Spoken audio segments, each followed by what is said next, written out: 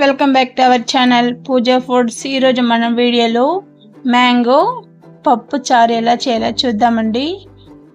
నేను 2 రకాల పప్పు తీసుకున్నాను. ఇలా పప్పు తీసుకొని 2-3 సార్లు బాగా వాష్ చేసేసుకోవాలి. ఇలా వాష్ చేసుకొని ఇలా చేత్తో ఇలా కలుపుతూ వాష్ చేసుకోవాలి. అలాగే 2-3 గ్లాసుల దాకా నీళ్ళు పోసుకోవాలండి. దీంతో కొద్దిగా పసుపు వేసేసుకోవాలి. కొద్దిగా పసుపు వేసుకొని మనము స్టవ్ వెలిగించి ఈ పప్పుని మాత్రము ఉడబెట్టుకోవాలి. మీడియం ఫ్లేమ్లోనే పెట్టుకొని ఉడబెట్టుకోవాలండి. పప్పు పెట్టుకొని అది ఉడికేలోపు మామిడికాయని పొట్టు తీసేసుకొని ఇలా కట్ చేసుకోవాలి. మనము ఇలా పొట్టు స్లైసర్తో తీసుకోవాలండి. చక్కగా వచ్చేస్తుంది. ఇది తీసుకొని ఒకసారి మనం సన్నగా చిన్న ముక్కలుగా కట్ చేసేసుకోవాలి. పెద్దగా కాకుండా ఇలా చిన్నగా కట్ చేసుకున్నారంటే త్వరగా ఉడికిపోతుంది. ఏమి చేయాలో తోచినప్పుడు ఇలా మ్యాంగో పప్పు చారు చేయాలి. చాలా టేస్ట్గా ఉంటుంది. రుచి కూడా చాలా బాగుంటుందండి. చూడండి, ఇలా చిన్న ముక్కలుగా కట్ చేసుకొని ఒక ప్యాన్లో ఒక 5-6 పచ్చిమిర్చి ఇలా కట్ చేసుకోవాలి. కట్ చేసుకొని మనం ఇందాక మ్యాంగో కట్ చేసుకున్నాం కదండి, దాన్ని దీంట్లో వేసుకొని ఒక 1.5 గ్లాస్ దాకా నీళ్ళు పోసుకొని ఉడికించుకోవాలి. మీడియం ఫ్లేమ్నే ఉడికించుకోవాలండి. అప్పుడే చక్కగా ఉడుకుతుంది. ఎక్కువ నీళ్ళు పోయకుండా 1.5 గ్లాస్ దాకా పోసుకొని ఇలా ఉడికించి పెట్టుకోవాలి. చూడండి, మ్యాంగో కూడా బాగా ఉడికిపోయింది. పప్పు కూడా బాగా ఉడికిపోయిందండి. దీంతో మనము ఇప్పుడు మ్యాంగో ఉడకబెట్టుకున్నాం కదా, దాన్ని దీంట్లో పోసుకొని మ్యాషర్తో బాగా ఎనుపుకోవాలి. నేను పప్పు గుత్తితో ఎనుపుకుంటున్నాను. ఇలా నున్నగా ఎనుపుకోవాలండి. ఎక్కడ మ్యాంగో పచ్చిమిర్చి కనిపించకుండా ఇలా నున్నగా ఎనుపుకోవాలి.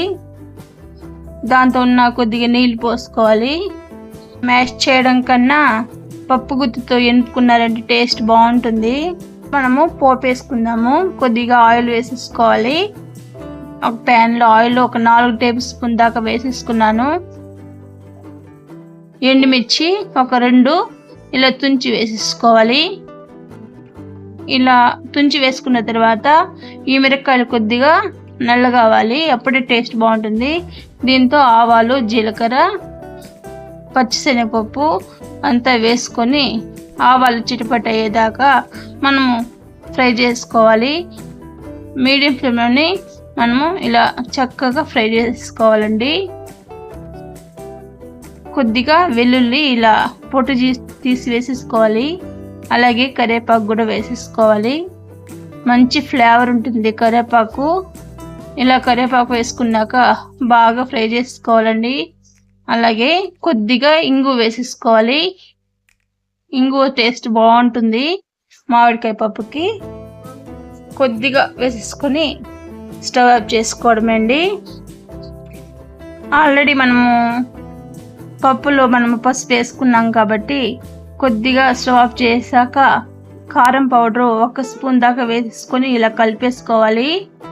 స్టవ్ ఆఫ్ చేసుకున్నాకే వేసుకోవాలండి. ఇలా కలిపేసుకొని పప్పులో కూరలో వేసుకొని కలిపేసుకోవాలి.